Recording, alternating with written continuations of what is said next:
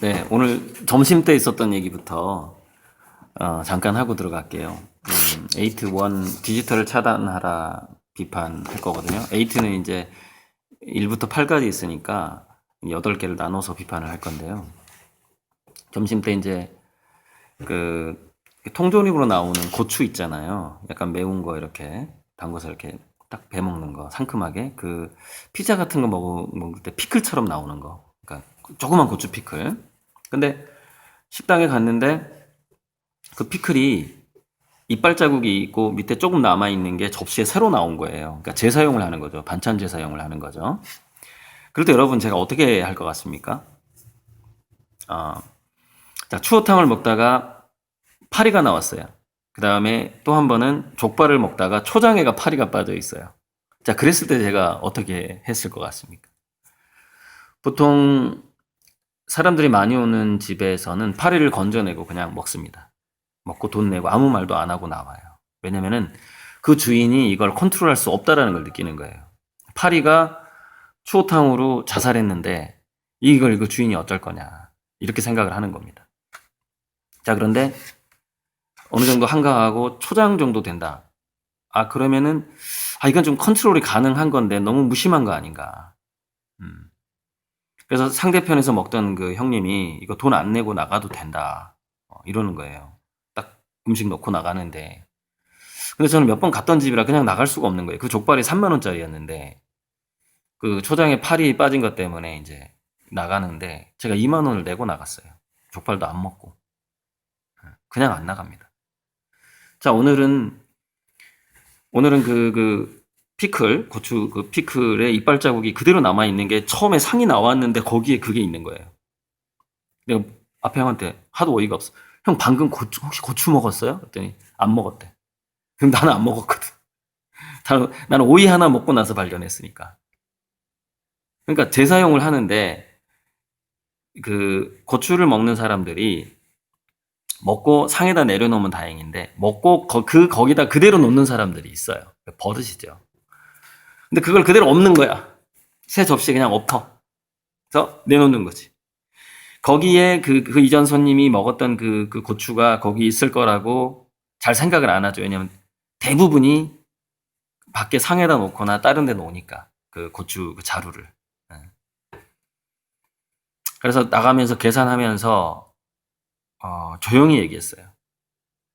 제사 반찬 재사용하는 것까지는 제가 인정을 하겠다. 그런데 이렇게 재사용을 할 때 여기에 이빨 자국이 있는 것이 있는지 없는지는 좀 제발 좀 봐달라. 왜냐면 이거는 기분의 문제다. 이렇게 얘기하고 계산하고 나왔어요. 제가 어떤 성격인지 아시겠죠? 무슨 얘기냐면 웬만하면 피해를 안 주고 싶어 하는 사람이에요. 그 식당에. 그리고 이해를 해요. 왜냐면은 살기 힘든 사람들이니까. 이해를 합니다. 자, 여기까지 얘기하고 이지성의 디지털을 차단하라 8-1 비판을 들어갈게요. 왜냐면 제가 이 이지성 책 비판 때문에 댓글이 너 그렇게 할 일이 없는 사람이냐. 무슨 사명감을 가지고 이지성을 비판하냐. 이런 댓글이 달리는 거예요. 맞아요. 사명감이에요. 사명감. 맞아. 정말 사명감이야. 그러니까 어떤 사명감인지 이제 한번 쭉 보시라는 거예요. 그게.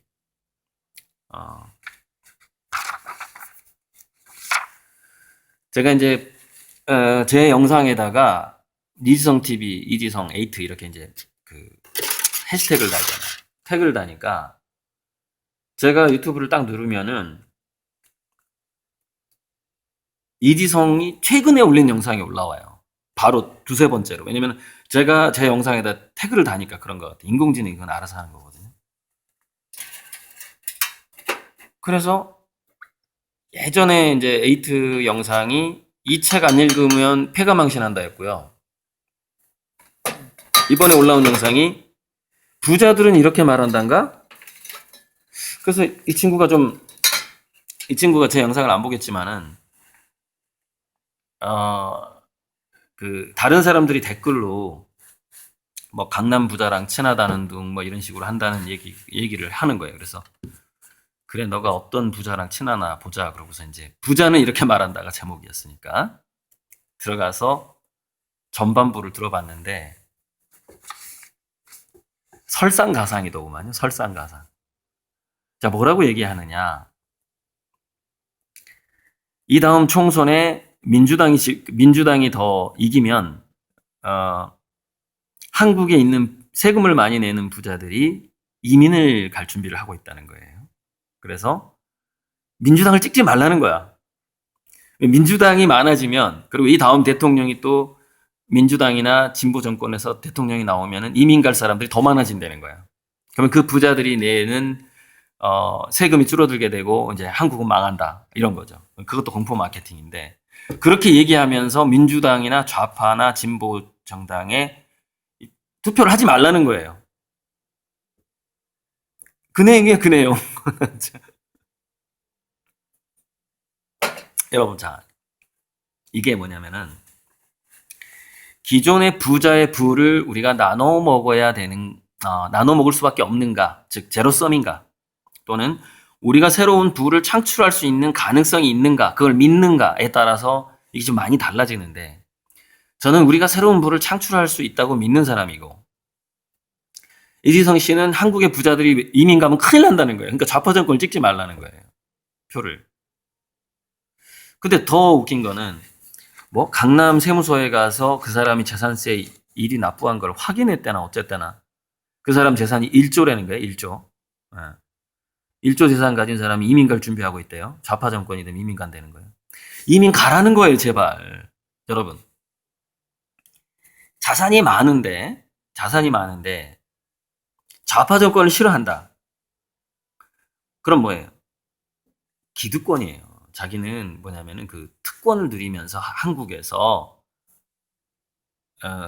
돈 쓰는 재미를 느끼면서 세금은 적게 내면서 특권을 누리고 살고 싶다라는 사람들이에요. 저는 그 어떤 친일파 DNA라고 보는데 이 친일파 DNA들을 우리가 그때 친일 청산을 못했잖아요. 여러 가지 이유로 못해서 이제 이 친일파 DNA가 이렇게 우리는 뭐 본토 사람들이고 니네들은 식민지 사람들이고 마치 이런 게 아직도 남아 있는 거예요. 그래서 나는 귀족이고 니네들은 노예고 심하게 말하면 개돼지고 뭐 이런 식으로 세금 내는 개돼지, 유리지갑 개돼지 뭐 이런 거죠. 그래서 아니 내가 만약 이지성 작가라면은 아니 당신의 1조 재산이 어떻게 생긴 겁니까? 그거 한국에서 당신이 좋은 기회를 만나서 생긴 겁니까? 아니면은 일제시대 때부터 부모님이 물려주신 겁니까? 만약에 일제시대 때부터 물려줬다라면은 그 이전에 우리 그 일제시대 때 강제 노역하고 그다음에 위안부 이거 다 관계 있는 돈입니다. 이거 당신 가진 돈이. 그리고 독립운동가들 후손들 이민 갈 생각을 하지 말고 그 돈을 고생했던 사람들에게 피해를 본 사람들에게 일본이 배상을 안 해주니까 당신 재산이 일제시대 때부터 그 조상님께 내려온 거라면 그렇게 써야 될 것이고 그게 아니라면 한국에서 돈을 벌었을 거 아니에요. 그럼 누군가가 종업원이 일을 했든 뭔가 자기가 노가다해서 그 1조 벌지는 않았을 거 아닙니까? 그러면은 나라가 어려워질수록 우리 한국에 쓸 생각을 해야지. 어떻게 이민 갈 생각을 합니까? 이렇게 얘기를 해야지.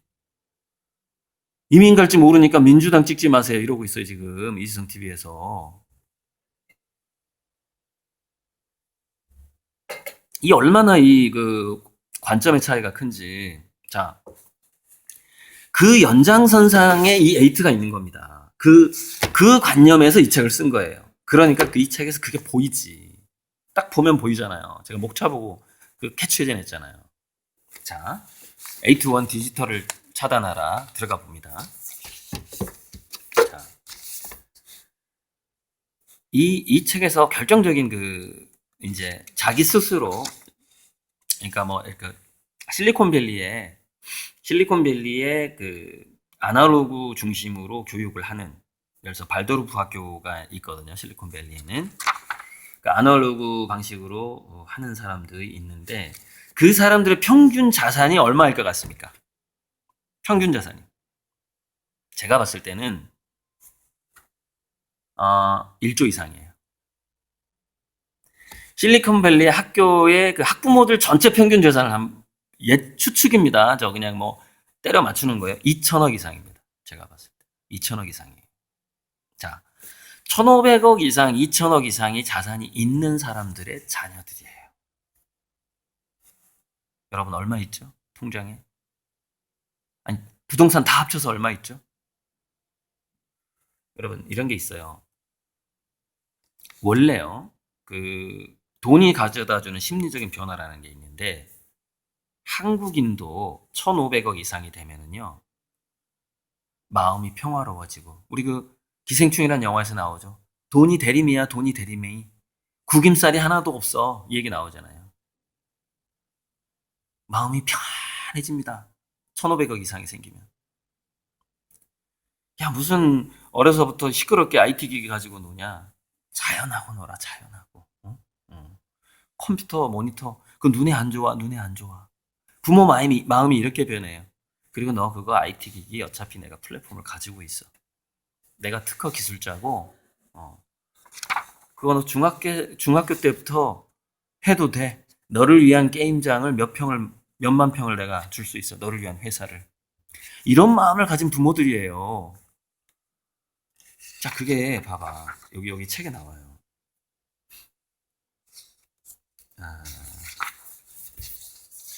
보세요. 실리콘밸리는 우리가 사용하는 거의 모든 IT 기기를 만들어낸 곳이다.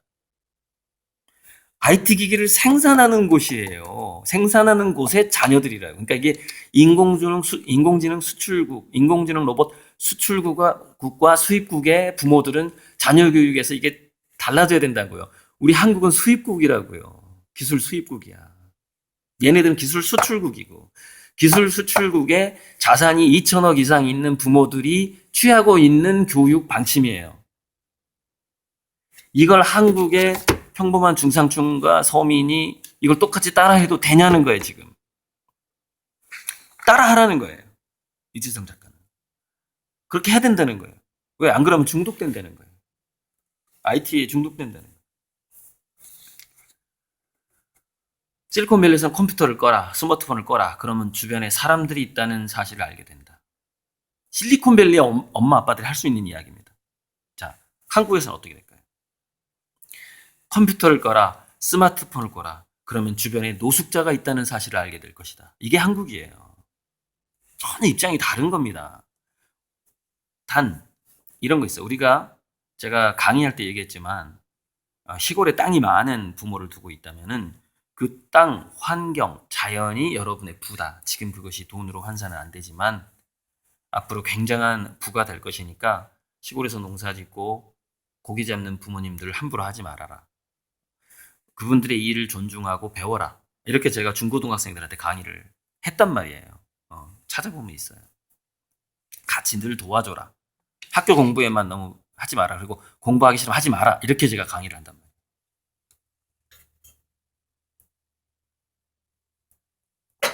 여러분, 좋은 책을 쓰기는 쉬워요. 물론 그것도 쉬운 문제는 아니에요. 근데 그 좋은 내용을 담은 책을 쓰기는 쉽습니다. 그러나 자기가 쓴 책대로 살기는 어렵습니다. 지금 이지성 씨가 자기가 쓴 책대로 살고 있냐고요, 지금. 이게 말이 되냐고요. 민주당을 찍으면 부자들이 이민 가니까 찍지 마. 이게 말이 되냐. 이게 인문학적인 생각이에요, 지금 이게. 아니, 제가 그렇다고 민주당을 찍으라는 얘기 아니에요. 전 좌파 아닙니다. 예술가예요, 예술가. 중립적인 예술가. 그러나, 대한민국의 대다수를 위한 정책은 무엇인가를 봤을 때 저는 진보 정당을 지지하는 사람인 거죠. 그러니까 소수 부자들을 위할 거냐, 또는 특수 계층을 위할 거냐, 90% 이상을 위할 거냐라고 봤을 때 그걸 보는 사람인 거죠, 저는.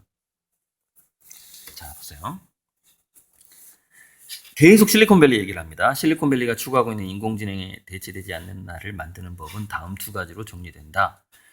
인공지능 IT 기기를 차단하는 능력을 가진 나, 새로운 인공지능 IT 기기를 창조할 수 있는 능력을 가진 나를 만든다. 실리콘밸리 사람들은 인공지능의 창조자다. 그러면서 이렇게 얘기하면 말이 되게 이상합니다. 인공지능의 창조자들조차 IT 기기를 차단하고 아날로그적 삶을 사는 문화를 만들었다. 당신은 어떤가? 이렇게 말이 이어져요. 무슨 얘기냐면, 야, 인공지능 창조자들, 설계자들, 그 플랫폼, 이 소유권자들도 안 하려고 하고 있어. 근데 너는 뭔데? 너 개돼지 뭔데? 너가 지금 IT 가지고 그러겠다는 거야. 그 사람들 따라해야 되는 거 아니야? 이런 말투가 이어지고 있습니다. 152에서 153페이지에. 말투가 딱 그거예요. 너 왜 인마 스마트폰으로 시작해서 스마트폰으로 하루를 끝내고 있어? 저 스마트폰 안 보면 일정 관리가 안 돼요. 그러니까 제가 강의 다닐 때 스마트폰 이 스티브 잡스님께서 만들어주신 이 스마트폰이 없었으면 저 비서 두고 다녀야 되고요. 스케줄 관리 따로 막 종이에다 적어야 되고요. 엄청 고생했을 거예요. 스마트폰 없었으면. 스마트폰에다가 일정 관리 해가지고 내일은 어디 강의 가야 되는구나. 이렇게 해서 비서도 없이 잘 강의 다녔죠. 지금도 스마트폰이 제 비서 역할을 해주는 게 얼마나 많습니까? 이 몇 월 며칠 날 누구 그림 그려야 되고 언제까지 보내줘야 되고 다 메모하고 있잖아요. 스마트폰에다가. 무슨 얘기냐면은 이거예요. 자, 우리가 그 남북 아메리카 대륙을 스페인 쪽하고 아무튼 유럽 쪽에서 정복해 나가던 때를 인디언하고 서양인들이 전쟁하던 때를 한번 생각해 봅시다. 처음에 밀림 같은 데에서 근접전을 할 때는 화살이 더 유리합니다.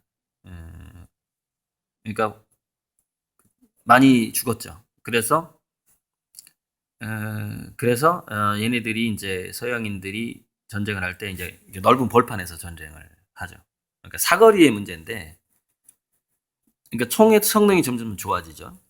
그래서 인디언들이 그 다음부터 어떻게 서양인들하고 싸우기 시작하냐면은 서양인들의 총을 뺐습니다. 뺏어가지고 서양인 포로를 잡아요. 그래서 총 쏘는 법을 배웁니다. 서양인들한테. 여러분 그때 인디언이요. 서양인들의 총을 뺏고 그 다음에 또 이제 밀수입을 합니다. 그러니까 금이라든가 이런 거 가지고 실제로 그 총기 늘 그런 어떤 첩자들이 있습니다. 여기 돈만 되면 총을 아무한테나 파는 사람들 있죠. 미국도 그렇게 하는데 여기도 팔고 저기도 팔고 무기를 여기도 팔고 저기도 팔고 이래요. 서로 적인데도 팔아요. 싸우라고 하고. 브레이트란 시인이 그랬잖아요. 전쟁이 돈이 되는 한 끝나지 않을 것이다. 근데 그때도 그 총기 업자들이 인디언들한테 총을 팝니다. 금하고 교환을 하죠. 이렇게 아주 더 비싸게 팔 수 있으니까 얼마나 좋아. 이 그 서양 군대, 영국 군대나 이렇게 서양 군대, 서양 사람들한테 팔려면은 제 가격밖에 못 받는데 인디언한테 팔면은 더 비싸게 금덩어리를 주니까 당연히 팔았죠. 그래서 사격수를 배웁니다. 인디언들이. 만약에 인디언들이 사격수를 배우지 않았더라면 그렇게 버틸 수도 없었고요. 마지막에 인디언 보호구역의 협상조차 불가능했을 겁니다. 그러니까 다 멸종됐을 거예요. 야, 그 서양 총, 악마들의 총은 말이야. 아니야. 우리는 아날로그, 활로 싸워야 돼. 이러고, 만약에 이랬다면, 마지막에 그 인디언 보호구역 협상을 할 때, 크레이지 호스라든가 아주 잘 싸우는 인디언 추장들이 있었어요. 게릴라전에 너무, 그래서 이거는 이길 수가 없어. 야, 거기도 총이 있고 여기도 무기가 같으니까 이길 수가 없잖아요. 그러니까 디지털이라는 건 현재 우리 뭐냐면은 인공지능 디지털 수입국의 무기예요. 인디언이 사격수를 배운 거랑 비슷한 상황인 거예요. 이걸 가지고 우리는 당분간 대항을 할 수밖에 없는 겁니다. 네. 그런 상황인데 당분간이 20년, 30년이라고 그랬죠 제가. 자, 그래서 크레이지 호스를 도저히 잡을 수가 없어. 그래서 방을 붙이죠. 어떻게 붙였죠? 너가 자수 안 하면 니네 부족 1,500명을 몰살하겠다. 담보로 잡고. 그래서 자수를 합니다. 크레이지 호스가. 실질적으로 계속해서 전쟁을 해서 그 유능한 인디언 추장을 잡을 수가 없었어요. 니네 동족 1,500명 이상을 죽여버리겠다 그랬어요. 안 나타나면. 그리고 실제로 죽일 놈들이야. 지금까지 죽여왔으니까. 그래서 자수를 합니다. 그러면서 그 어떤 자수의 조건이라든가 이런 거에서 인디언 보호구역을 설정하고 이렇게 해서 여러분 인디언이 총 쏘는 법을 배우지 않았더라면 인디언 보호구역조차 없이 멸종했다니까요. 근데 이지성 씨 지금 뭐라고 하고 있는 줄 아세요? 제가 여기다가 이 153회 평을 딱 하나 적었습니다. 돌도끼를 만들어라. 아니 지금 총 쏘는 법을 배워야 되는데 야 그냥 돌도끼 만들어 돌도끼. 이 아날로그가 좋은 거야. 이러고 있는 거예요. 지금 현실적으로 도저히 말도 안 되는 거고 이 사람은 자산 2천억 이상 있는 사람들 편만 들고 있는 겁니다. 지금 이지성 TV에서도 그렇지만 자 마무리 154페이지 마무리는 아주 멋진 말로 끝납니다. 일주일에 한 번이라도 사람들과 진심으로 대화하고 그러니까 이제 이지성 책에 빠져드는 사람들이 이제 이런 문구 때문에 빠져드는 거예요. 이제 전반적인 그 구조를 모르고 소통하는 시간을 갖기 바란다. 등등등. 소통하는 모임에 나가라. 주말이면 스마트폰을 서랍 속에 놓고 미술관, 음악관, 박물관 등으로 가라. 다 맞는 얘기예요. 때론 자연 속으로 가라. 당신만의 아날로그 문화를 하나둘씩 만들어 가라. 그렇게 내면의 인간을 발견하고 경험하고 나누는 기쁨에 흠뻑 취하라. 당신이 진정으로 인간다워질 때 당신을 대체할 수 있는 기계란 존재할 수 없다. 그런데 아주 말이 좋아요. 근데 문제는 뭐냐? 이 8-1처럼 우리 한국의 보통 사람들이 전략을 취했을 때 디지털을 멀리하는 전략을 취했을 때 마지막에 미술관, 음악관, 박물관 등으로 가라. 이게 불가능한 겁니다. 왜? 굶어야 되니까. 돈을 벌 수가 없으니까. 근데 이건 맞아요. 자연 속으로 가라는 맞아요. 왜? 시골로 가면은 음식은 있으니까. 그러나 우리 일반 도시 환경에서 IT 기기 없이는 굶어야 되니까. 그리고 통장에 자산 1,500억, 2천억이 없으니까.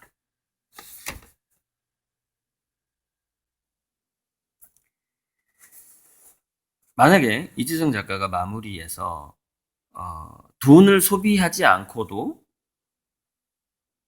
문화를 즐기고 자연을 즐길 수 있는 방법을 찾아봐라. 그랬으면 저는 막 박수를 쳐줬을 거예요. 근데 문제는 뭐냐? 현실적으로 다 돈이 드는 방식을 얘기하면서 앞쪽에다가 당신이 그나마 어떤 기업의 말단 직업이라도 가질 수 있는 그 IT 기기를 다루는 능력을 없애라 해놓고 나서 마지막에 미술관, 음악관, 박물관 등으로 가라. 이렇게 끝나니까 이게 연결이 안 되는 거예요. 연결이 안 되는 거예요. 저는 이게 구조적으로 연결이 안 되는 거예요. 예를 들어서 공짜 미술관, 공짜 음악관, 공짜 박물관도 많다. 이렇게 하면 연결이 되죠. 그래서 최대한 공짜를 한번 찾아봐라. 뭐 이런 식으로 했다면은 조금 이게 맥락이 연결이 되는데 마지막 결론하고 이 8-1에서 디지털을 멀리하라 하고가 맥락이 안 맞아버리는데 이게 누구한테 맥락이 맞다고요? 실리콘밸리의 자녀들한테 맥락이 맞다고요. 왜? 자산이 2천억 이상이 있으니까. 20-30년 버틸 돈이 충분하니까. 버틸 뿐만 아니라 그거를 불릴 돈이 충분하니까. 자, 이걸로 마무리하고요.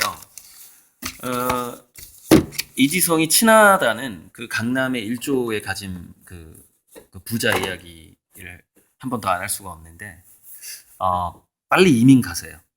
이민 가시고 지금 뭐 부동산세 그 강남에 지금 세금 적게 내고 있어요. 그리고 또 앞으로도 종부세라든가 이런 거에 엄청 반대를 하겠죠.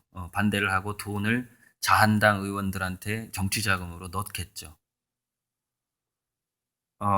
여러분, 저를 이제 좌파라고 규정을 하고, 좌파 진보 쪽이 우파를 이길 수 없는 이유가, 가장 큰 이유가 뭔지 아세요? 자금 부족입니다. 돈이 없어요. 거기는 돈이 이렇게 순환을 하거든요. 왜냐면은 부자들이 지지를 하니까. 그래서 우리가 그 예전에 그 노무현 때 희망저금통 이렇게 모았잖아요. 물론 노무현 대통령도 결국에는 큰 돈을 대기업에게 받을 수밖에 없었지만 그건 현실적인 문제입니다. 안 받으면 게임이 안 되니까.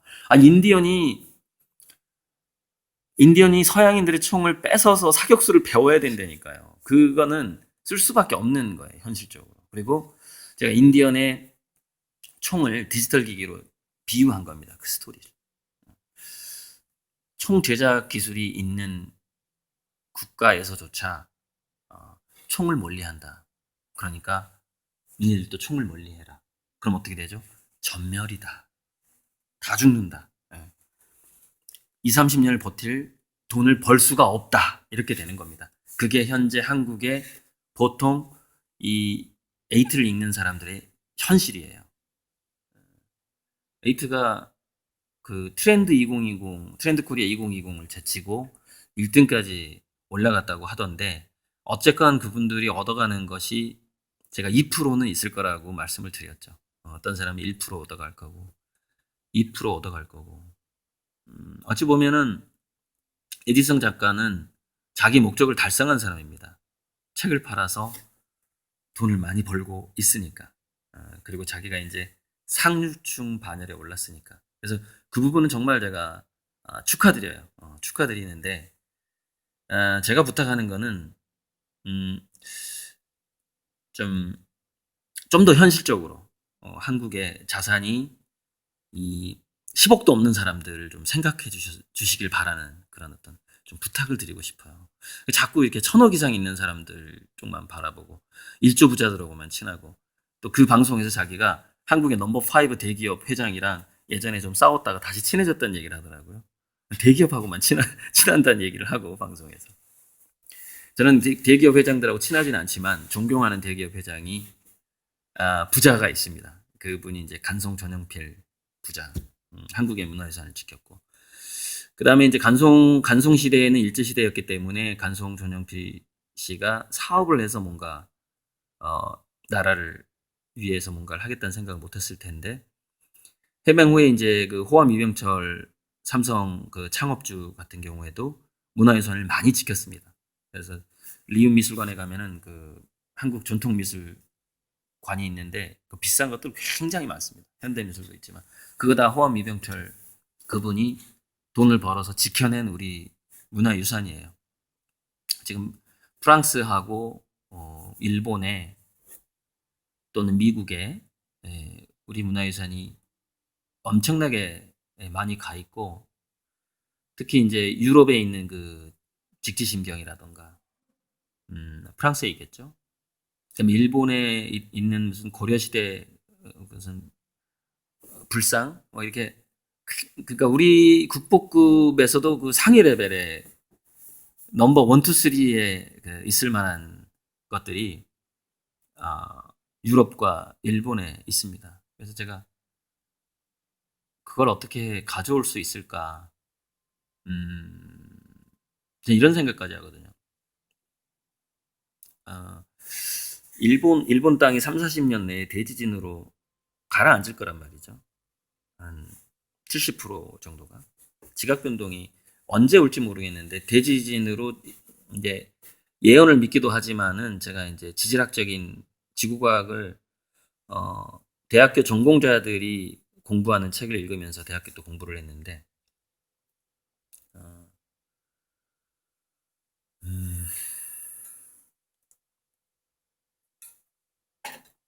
일본 땅에 문제가 생기기 전에, 그리고 유럽 땅에 문제가 생기기 전에 거기 사는 우리 교포들이라던가 거기에 있는 우리 유물 유적을 어찌됐건 한국으로 가져오고 싶다는 생각을 갖고 있습니다. 그리고 이제 그렇게 몇 개를 건질지 모르겠는데 어쨌건 제가 그림을 열심히 해서 최선을 다해서 한번 한두 개씩 그 간송 전용필, 호암 이병철 그분들이 했던 일을 저도 이어서 하고 싶어요. 전 또 직접 예술가니까 좀 더 그 어떤 뭘 먼저 가져올까를 판단하는 데 있어서는 좀 더 도움이 되겠죠. 제가 미술을 전공했다는 것이. 뭐 일단 이 정도까지만 찍겠습니다. 8-1. 제가 점심 때 이제 그 형님이 쌈밥집 가자고 그래서 막걸리 한 잔을 한 병을 둘이 나눠 먹었어요. 그래서 좀 발걸이 할 겁니다. 그래서 오늘도 좀 음주 방송이 돼 버렸는데 이렇게 운전은 안 하고 버스 타고 왔습니다. 열심히 또 술기운을 또 빌어서 기초 작업을 막 한 다음에 기초 작업을 열심히 붓질을 한 다음에 또 결정적인 그 태양 그림. 어쩌면 제가 이제 태양 그림이 가장 힘든데 태양을 그릴 때가 글쎄 모르겠어요. 술 기운에 태양을 그려본 적은 없는데 어쩌면 한잔하고 태양을 그리면은 더 태양이 잘 그려지지 않을까 하는 생각도 들고 어쩌면 그것도 한번 실험은 해봐야 될지도 모르겠어요. 어쨌건 여러분 이지성 작가가 이지성 TV가 최근에 올린 영상을 보면 이번 총선 때 민주당이 우세하면 이민갈 부자들이 줄 서 있고 또 이 다음 대선 때 민주당 쪽 진보 쪽 대통령이 되면은 그 이사갈 부자들이 너무너무 많다 이 얘기를 막 협박을 하는 거예요. 그러면서 찍지 말라고. 근데 저는 이지성 씨부터 먼저 좀 이민을 갔으면 좋겠고요. 이지성 씨를 따라서 그 부자들이 이사를 갔으면 좋겠어요. 그러니까 이민을 갔으면 좋겠어요. 제 바람입니다.